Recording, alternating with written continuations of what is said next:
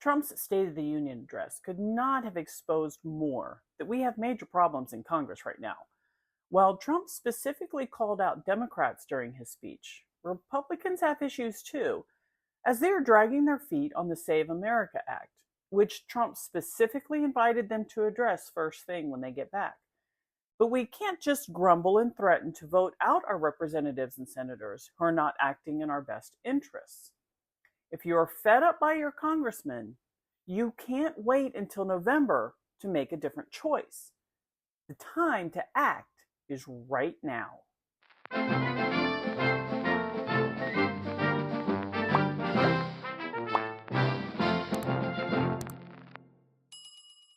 So here's my 2 cents. My first election was George H.W. Bush versus Mike Dukakis. Not a powerhouse of political intelligence on either side. But Bush rode Reagan's coattails back into the White House. By 1992, Republicans were cooling on Bush, inspiring Ross Perot to enter the race, splitting the conservative vote and giving Bill Clinton a win with only 43% of the vote. Even back then, I remember people frustrated with politicians who promised the world and couldn't even deliver an appetizing dessert. Threats have been leveled for decades against politicians that if they don't represent us, we will vote them out, which is exactly why the founders designed the House of Representatives the way they did. They are the closest federal representation we have, as they are supposed to be local to their constituents.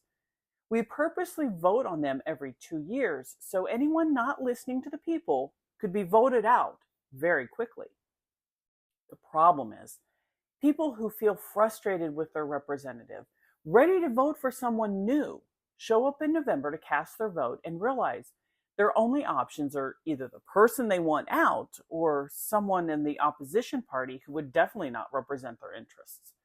Therefore, they check the box of the person who repeatedly stabs them in the back, which is why those representatives don't care about what you want anyway. They know they're going to win in the end because they're in a solid red or blue area. Why? Because people don't truly understand our system. True changes are not made in the November election. Those occurred during the primaries. Citizens following President Trump have cheered his support and campaigning efforts for those not infected by the swamp, but many still do not understand the true brilliance and importance of his strategies. Have you noticed that Trump started promoting individuals last fall as people began throwing their hats in the ring for the primaries? Do you believe that's because you think he has nothing else to do and just likes campaigning all the time? Okay, Trump does like being at the rallies. I'll give you that. But this is much more strategic and advantageous to those wanting a more conservative leadership in Congress. Trump understands our electoral system. Remember in 2016 when he tactically traveled the country gaining support from as many states as he possibly could to increase his electoral votes, while Hillary pandered to just the larger states? Trump used the system the way the founders designed it, appealing to the entire country, including the smaller states, while Hillary tried to manipulate the system, doing exactly what the founders feared, focusing on just the larger states while ignoring the smaller ones. Trump gets it. He knows that to rid the Congress of those only working for themselves and not the American people, they must be primaried. That is where the true change can be achieved. This is not the first time citizens have grown tired of politicians who refuse to listen to them. We've already had calls for a new party, calls that I believe will grow louder if the Republicans fail to pass the Save America Act. This is the exact same atmosphere our country was in during the mid-1800s as Congress repeatedly lied to the citizens regarding slavery. Following the passage of the Kansas-Nebraska Act, which nullified the 1820 Missouri Compromise and allowed slavery in northern states, frustrated Whig members joined with a few other smaller parties in 1854 and formed the Abolitionist Republican Party because too many congressmen repeatedly stabbed their constituents in the back, continuing to kick the slavery can down the road instead of picking it up and throwing it away. When Congress refuses to listen to the people, it is our duty to replace them with those that will. We are the bosses, not them. We have the tools, We just need to use them. 6 years after its formation, Americans elected their first Republican president. Slavery was soon abolished, and the Whig Party went the way of the dodo. But this didn't occur just because of former Whigs and other small anti slavery voters. This happened in part due to frustrated Democrats abandoning their party as well, a phenomenon which may be repeating. CNN just recently released some findings indicating how far left the party has gone. According to their polls, Democrats who consider themselves very liberal has gone up 16% in the last quarter century, while Democrats considering themselves conservative has declined by 18%.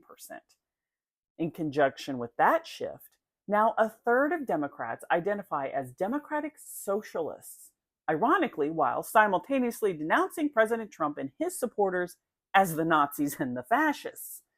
But even more concerning is Democrats are approaching the 50% mark of those under 35 openly subscribing to that ideology. It is no wonder that 58% of all voters now believe the Democratic Party is too liberal. It's obvious now. We saw it on full display in Trump's speech. But how is this shift occurring? I believe it is partly due to those in the far left like Barack Obama, Hillary Clinton, Bernie Sanders, Alexandria Ocasio-Cortez, Gavin Newsom, Zohran Mamdani, and many others hijacking the party and taking it there. Check out this graph regarding pride in being an American by the political party. In 2001, Republicans, Democrats, and Independents were in essence the same. But look where we are now. Republicans have basically not changed. However, Democrats have taken a nosedive, with only 36% having pride in their country. Notice how much that pride declined during the Obama administration, picking up steam during Trump's first term. Ironically, pride in LGBTQ within the Democratic Party skyrocketed at the exact same time, as shown in their support of same-sex marriage over the same time frame. Coincidence? But that is only part of the story. Personally, I don't believe the average Democrat has followed its leadership down the woke path. I think something else is occurring within the party as progressive Democratic Socialists move farther left. Moderates who haven't changed now find themselves standing closer to the Republicans than their own party members, and are subsequently changing their affiliation, leaving mostly the fringe in the Democrat Party. Let me show you what I mean. In response to a Stephen King post whining about being characterized as lunatic leftists, Elon Musk stated, "The left calls people on the right Nazis or fascists when they have not even physically harmed another human being, let alone advocated genocide or war. My actual views are pretty much those of a Democrat circa 2010, but I've been demonized relentlessly with the above slurs." This prompted Colin Wright to post a cartoon perfectly depicting what we are seeing as he shares Elon's sentiments. My views have not subsequently changed over the last decade, though the rate at which I am called a Nazi and a fascist has increased exponentially. The political ground has shifted such that classical liberalism currently shines brightest on the center right. Notice the me figure that has not moved. However, the voter on the left has sprinted towards woke progressivism, shifting the center and leaving many in the party behind. As Reagan famously said, "I didn't leave the Democratic Party, the party left me." Over the last decade, I've heard many former Democrats, including Tulsi Gabbard, musician Toby Keith, Representatives Jeff Van Drew and Vernon Jones, Robert Kennedy Jr., and many others stating pretty much, if not exactly, the same thing.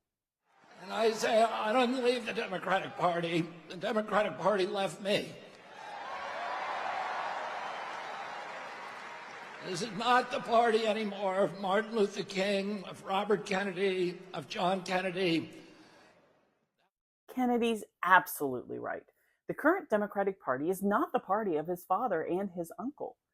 The Democratic leadership's disdain for our country was on full display in Trump's State of the Union address, as they refused to stand for things such as putting American citizens over illegal aliens, voter ID laws, the murder rate at the lowest since 1900, keeping violent criminals locked up, protecting parental rights, stopping fraud, angel families, price transparency, taking on drug cartels, no tax on tips, overtime, and Social Security, and the most secure border in history.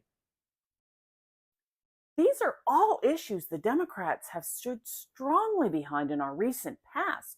But now, stopping fraud, drug cartels, and murder are of no interest to congressional Democrats. Tom Suozzi, who made sure to wear his Ukrainian flag pin to the event, couldn't stand for a young Ukrainian immigrant who was brutally murdered by a criminal who was repeatedly released onto the streets. How does that make sense? However, the most telling moment was when Trump challenged the Democrats, and they just couldn't stand. So tonight I'm inviting every legislator to join with my administration in reaffirming a fundamental principle. If you agree with this statement, then stand up and show your support.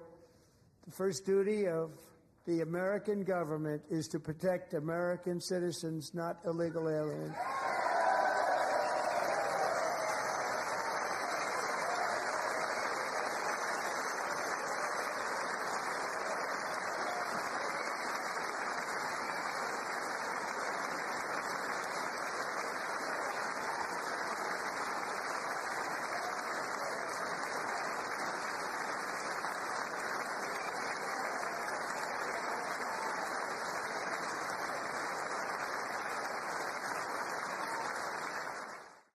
As they say, if you can't stand for something, you'll fall for anything.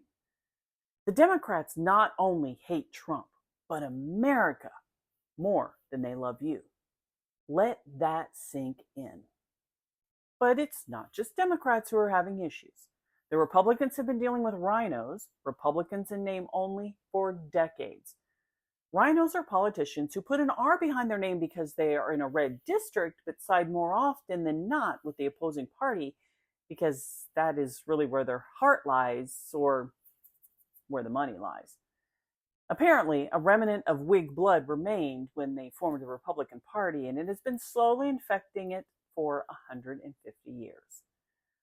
Now, as classic liberals turn to the Republican Party, while Democrats fall off the woke progressive ledge, we receive them with open arms. However, we should not compromise our values and goals to placate them either. They are welcome to join us, but that doesn't mean they get to change us. We must stand on our principles and elect those who stand with and for us. Those politicians who are not representing their constituents should be given the pink slip without question. Which leads me back to my original point. If we sit back and wait until November to make our voices heard, we've already lost. Early voting has already begun in some states. Our political climate is changing rapidly, and if we want to be represented in either party, now is the time to make that choice. Now is the time to decide who gets your vote. If we wait until November, then we have no one to blame but ourselves. But that's just my 2 cents. What do you think? Leave your comments down below. If you enjoy my content, please consider supporting my work on Patreon. You can find all my videos and my blog, Liberating Letters, at thefactspaper.com. You can also start your own research at the Facts Paper by exploring the thousands of links to articles I have, including those noted in my videos. Sharing the truth fake news propagandists won't. Investigate and discover the truth for yourself.